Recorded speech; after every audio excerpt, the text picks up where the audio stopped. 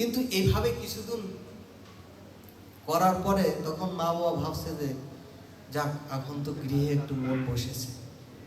তারা তো ভিতরের ভাবটা বুঝতে পারেনি, বাইরের ভাবটা বুঝতে পারছে। সাধারণত আমরা মানুষের বাইরের ভাবটা দেখে বুঝতে পারি, কিন্তু ভিতরের ভাব কেউ বুঝতে পারি আমরা, তার ভিতরে কি রয়েছে।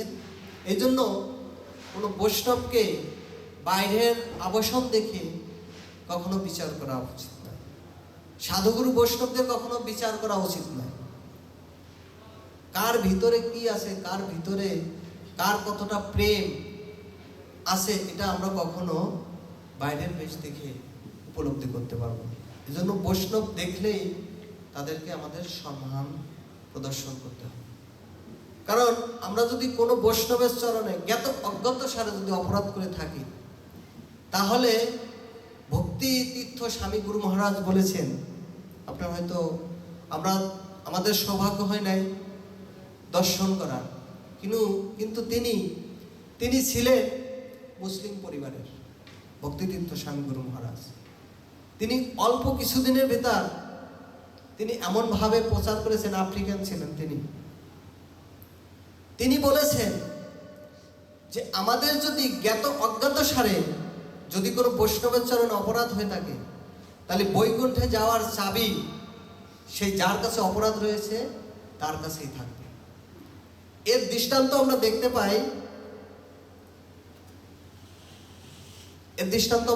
পাই দুর্বাসা মুনির। দুর্বাসা মুনি অপরাধ করেছিলেন কার চরণে? অম্বরীশ মহারাজের চরণে অপরাধ করেছিলেন। তিনি সারা ব্রহ্মাণ্ডে ঘুরেছিলেন, ব্রহ্মার কাছে গিয়েছিলেন, শিবের কাছে গিয়েছিলেন, বিষ্ণুর কাছে গিয়েছিলেন, ভগবানের কাছে গিয়েছিলেন। লাভ হয়েছিল? ইভেন তো উনি জলের ভিতরেও প্রবেশ করেছিলেন, কিন্তু জ্বলন্ত পিত্তা যে আগুন ওনাকে সুদর্শন চক্রে সে ধাবিত করেছিলেন সে জলের ভিতরে। একটা বিশাল কাহিনী, সুন্দর একটা কাহিনী এটা ভাগবতমে। তো এটাই বলছি যে দৃষ্টান্ত হচ্ছে এটা, অম্বরীশ মহারাজ তিনি কোথাও গিয়ে ভগবানের কাছে গিয়েও তিনি রক্ষা পাননি। ভগবান বলছেন যে তুমি যার কাছে অপরাধ করেছো তার কাছে যেতে লাগবে।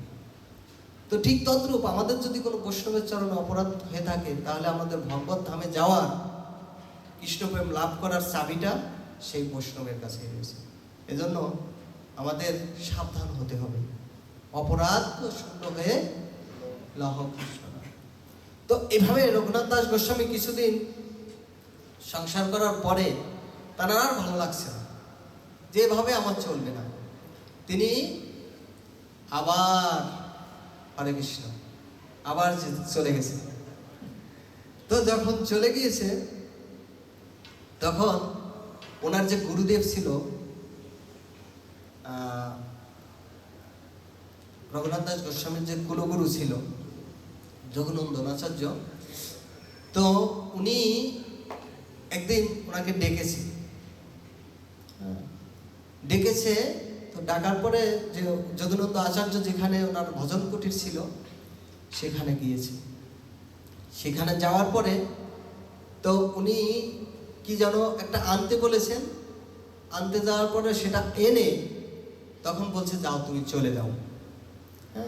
চৈতন্য মহাপ্রভু যখন সন্ন্যাস নিয়েছিল তখন ওর মার কাছের থেকে এইভাবে বিদায় নিয়েছিল। স্বপ্নের মাধ্যমে তিনি বিদায় নিয়েছিল ঘুমের ঘরে রেখে, কিন্তু বুঝতে পারেন ঠিক তদ্রূপ রঘুনাথ গোস্বামী যখন ঘর ছেড়ে যায় তখন ওনার গুরুদেবের আদেশ পেয়েছিলেন। গুরুদেব বলছিল যাও তুমি চলে যাও। তখন যখন এই গুরুদেবের আদেশ পেয়েছে তখন সরাসরি তিনি চলে গিয়েছেন। তো নিত্যানন্দ প্রভুর যখন পানিহাটি ছিলেন, চৈতন্য মহাপ্রভু তখন কোথায় ছিলেন? জগন্নাথপুরীতে ছিলেন। চৈতন্য মহাপ্রভু তখন গিয়েছে পানিহাটি, রঘুনাথ গোস্বামী তখন পানিহাটি গিয়েছে সরাসরি।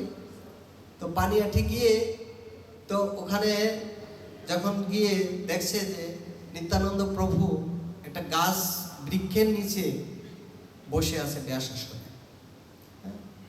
তো দেখছে যে একটা সূর্য জ্যোতির ন্যায়, এর আগে নিত্যানন্দ প্রভুকে উনি দেখেন, সূর্য জ্যোতির ন্যায় তিনি বসে আছেন। তখন শ্রীবাস ঠাকুর বলেছিল যে রঘুনাথ দাস গোস্বামী, শ্রীবাস ঠাকুর,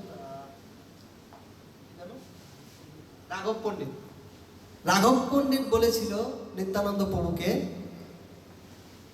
আসলে আমি মূর্খ মানুষ ভুলে যাই, নামগুলো মনে থাকে না। রাঘব পণ্ডিত নিত্যানন্দ প্রভুকে বলেছিল যে রঘুনাথ দাস গোস্বামী আসছে। তখন রঘুনাথ দাস গোস্বামীকে বলছে যে ঠিক আছে, ওকে এখানে নিয়ে এসো।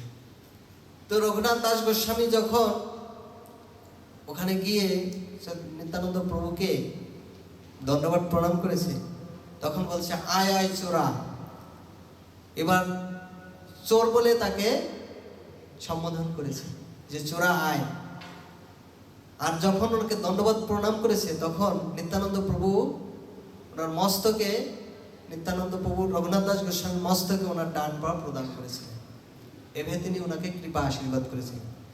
যে তখন বলছে যে তুই চোরা, আমাকে ছেড়ে তুই চৈতন্য আমাকে বিনা তুই চৈতন্য মহাপ্রভুর কাছে যেতে চাস, তুই চোর, তোকে আমি এবার করিব দণ্ড। ঠিক আছে?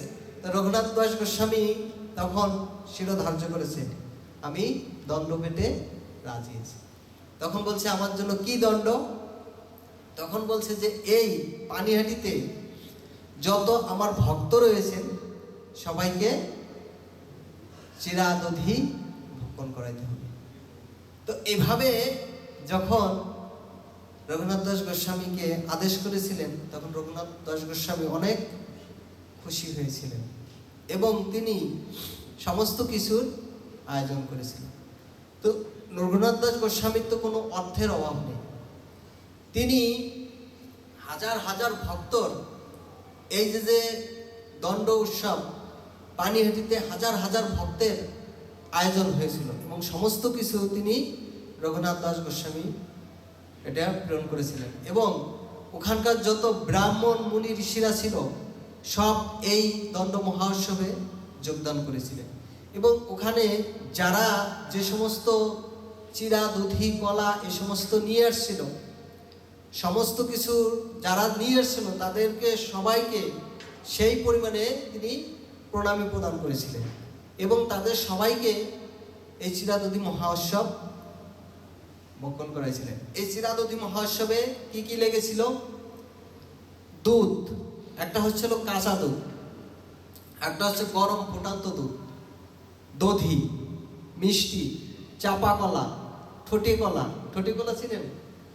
ঠটি কলা যেটাকে বাংলা কলা বলে আপনাদের কুমিল্লা, যাই হোক এক এক জায়গায় এক এক নাম, সবরি কলা, এরকম কয়েক পদের কলা, আম, মিষ্টি, এই সমস্ত কিছু, চিনি, এই সমস্ত কিছুর আয়োজন করা হয়েছিল। তো এভাবে যখন সমস্ত কিছু আয়োজন করা হয়েছিল, একটা পাত্রে শুধু চিরা, দধি, দুধ, মিষ্টি, কলা একটা পাত্রে এইগুলো দিয়ে মাখা হয়েছিল, এগুলো দিয়ে একত্রিত করা হয়েছিল। আরেকটায় শুধু ফুটান্ত যে দুধ, সে দুধ ছিল, আরেকটায় শুধু কাঁচা দুধ ছিল। তো এইভাবে এক একটা পাত্রে এক একটা আইটেম ছিল, আর বাকিগুলো সব আলাদা আলাদা ছিল।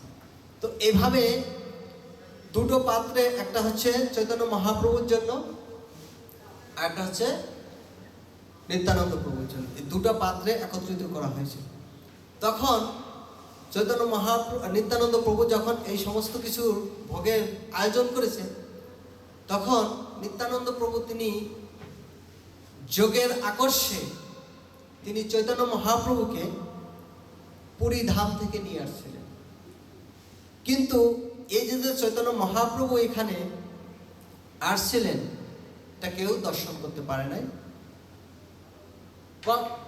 কয়েকজন মাত্র যারা সুযোগ্য ব্যক্তি ছিলেন, তারা কয়েকজন এই অপূর্ব লীলা দর্শন করতে পেরেছিলেন চৈতন্য মহাপ্রভু। আর বাকিরা শুধু নিত্যানন্দ প্রভুকে দেখেছিলেন, কিন্তু গৌরাঙ্গ মহাপ্রভুকে দর্শন করতে পারছিলেন। তো এভাবে চৈতন্য মহাপ্রভু যখন আসছিলেন তখন তিনি যে সমস্ত ভক্তরা এই প্রসাদ পাওয়ার জন্য লাইন দিয়ে দাঁড়িয়েছেন, চৈতন্য মহাপ্রভু সবাইকে নিত্যানন্দ প্রভু ঘুরিয়ে ঘুরিয়ে দেখাচ্ছে। হ্যাঁ, এভাবে দেখানোর পরে তখন একটা পাত্রে, যে দুটো পাত্রে রেখেছে, যে পাত্রটা সমস্ত কিছু একত্রিত আর একটা দুধ, এগুলো সমস্ত কিছু চৈতন্য মহাপ্রভুর সামনে প্রেরণ করেছেন নিত্যানন্দ। তো এইভাবে নিত্যানন্দ প্রভু যখন চৈতন্য মহাপ্রভুর কাছে এটা নিবেদন করলেন, তখন চৈতন্য মহাপ্রভু কি করলেন, ওখান থেকে নিয়ে নিত্যানন্দ প্রভুর মুখে দিলেন। চৈতন্য মহাপ্রভু নিজে খেলেন না, নিত্যানন্দ প্রভুর মুখে দিলেন, আর নিত্যানন্দ প্রভু চৈতন্য মহাপ্রভুর মুখে দিলেন। এইভাবে যখন এই মহাপ্রসাদ দুইজন পেলেন, তখন তো সব কিছু মহাপ্রসাদ হয়ে গেছে। তখন এইভাবে চৈতন্য মহাপ্রভু আর নিত্যানন্দ প্রভু সমস্ত ভক্তদের প্রসাদ দেওয়ার পরে তিনি কি করছেন, এইভাবে ভগবানের যে উচ্ছিষ্ট প্রসাদ, সেটা যত ভক্ত ছিল সমস্ত ভক্তদের কিঞ্চিত পরিমাণে প্রেরণ করেছিলেন। তো এইভাবে চৈতন্য মহাপ্রভু তিনি সমস্ত, যে ওখানে এত ভক্ত হয়েছিল, বসার কোনো জায়গা ছিল না, বসার কোনো জায়গা ছিল না, গঙ্গার তীরে বসছিল। ইভেন্দু গঙ্গার ভিতরে নাভি পর্যন্ত জলের ভিতরে নেমেও ভক্তরা এই প্রসাদ গ্রহণ করেছিলেন। তো এইভাবে রঘুনাথ দাস গোস্বামীর এই মহাদণ্ড উৎসব পানিহাটিতে উদযাপন হয়েছিল। তো এভাবে যে রঘুনাথ দাস গোস্বামী তখন চৈতন্য মহাপ্রভু তো সব কিছুই জানেন, তিনি চৈতন্য মহাপ্রভুর সম্পর্কে সব কিছু জানেন। তো উনি যে গৃহ ছেড়ে চলে আসছেন সেটাও চৈতন্য মহাপ্রভু এটা জানেন। তখন চৈতন্য মহাপ্রভু তাকে কি করলেন, দর্শন প্রদান করলেন রঘুনাথ দাস গোস্বামী। এই সমস্ত প্রসাদ পাওয়ার পরে তখন রঘুনাথ দাস গোস্বামীকে চৈতন্য মহাপ্রভু দর্শন প্রদান করলেন। তখন চৈতন্য মহাপ্রভু বলছে, ঠিক আছে তুমি চলে আসছো। এখন চৈতন্য মহাপ্রভুকে কি করবে, চৈতন্য মহাপ্রভুকে তিনি স্বরূপ দামোদর গোস্বামীর কাছে প্রেরণ করেছিলেন। স্বরূপ দামোদর গোস্বামীর কাছে প্রেরণ করেছিলেন তাকে শিক্ষা প্রদান করার জন্য। তো চৈতন্য মহাপ্রভু এইভাবে স্বরূপ দামোদরের কাছ থেকে কিছুদিন পর পর রঘুনাথ দাস গোস্বামী সম্পর্কে জিজ্ঞাসা করেন। তো রঘুনাথ দাস গোস্বামী যখন স্বরূপ দামোদর প্রভুর কাছে ছিলেন তার আশ্রয়ে, তখন উনি ওনার বাড়ি থেকে ওনার বাবা কি করেছেন, 4-5 জন পেয়াদা পাঠিয়েছেন ওনার